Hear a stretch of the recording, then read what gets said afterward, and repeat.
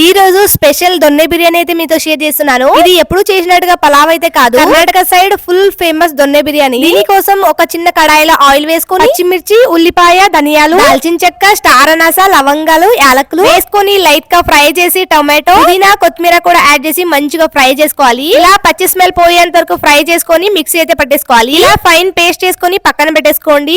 Taste మొత్తం దీంట్లోనే ఉంటుంది. ఇప్పుడు కుక్కర్ లో ఆయిల్ వేసుకొని ఉల్లిపాయలు అయితే ఫ్రై చేసుకోండి. లైట్ గా అల్లం వెల్లుల్లి పేస్ట్ కూడా యాడ్ చేసుకోండి. అండ్ ఇప్పుడు మంచిగా వాష్ చేసుకున్న చికెన్ కూడా యాడ్ చేసుకొని లైట్ గా ఫ్రై చేసుకోండి. 2 మినిట్స్ ఫ్రై అయ్యాక ఫ్రెష్ గా ఉండే మెంతి కూర కూడా యాడ్ చేసుకోండి. మనకి దొన్నె బిర్యానీ అంటే ఇవన్నీ వేస్తేనే సూపర్ టేస్ట్ వస్తుంది. అండ్ లైట్ గా పసుపు, సాల్ట్ కూడా వేసుకొని మొత్తాన్ని ఒకసారి మిక్స్ చేసుకోండి. చూస్తున్నా ఎంత జ్యూసీగా అయితే కనిపిస్తుంది. అండ్ ఇప్పుడు ఆల్రెడీ మిక్సీ పట్టేసుకున్న పేస్ట్ కూడా యాడ్ చేసుకుని లైట్ గా సోంపు కూడా యాడ్ చేయండి. మంచి టేస్ట్ అయితే ఉంటుంది. మొత్తాన్ని ఒకసారి మిక్స్ చేసుకున్నాక ఇందులోనే బిర్యానీ ఆకులు, ముందుగానే నానబెట్టేసుకున్న రైస్ కూడా వేసుకొని మొత్తాన్ని ఒకసారి మిక్స్ చేసేసుకోండి. వాటర్ అయితే యాడ్ చేసేసుకోండి. అండ్ లాస్ట్ లో బిర్యానీ మసాలా అండ్ నెయ్యి కూడా యాడ్ చేసుకున్నారంటే టేస్ట్ చాలా బాగుంటుంది. ఇక్కడ బిర్యానీకి రైస్ అయితే ఎంత తీసుకుంటామో దానికి డబుల్ వాటర్ అయితే తీసుకోవాలి. చాలా మంది అదే మెసేజ్ చేస్తారు, వాటర్ ఎంత వేసావక్క, రైస్ ఎంత వేసావక్క అని. చూస్తున్నారా, లిడ్ క్లోజ్ చేసి 2 విజిల్ చేశాక ఎంత చక్కగా ఉడికిపోయిందో. చాలా అంటే చాలా టేస్టీగా ఉంటుంది. డెఫినెట్ గా ట్రై చేయండి.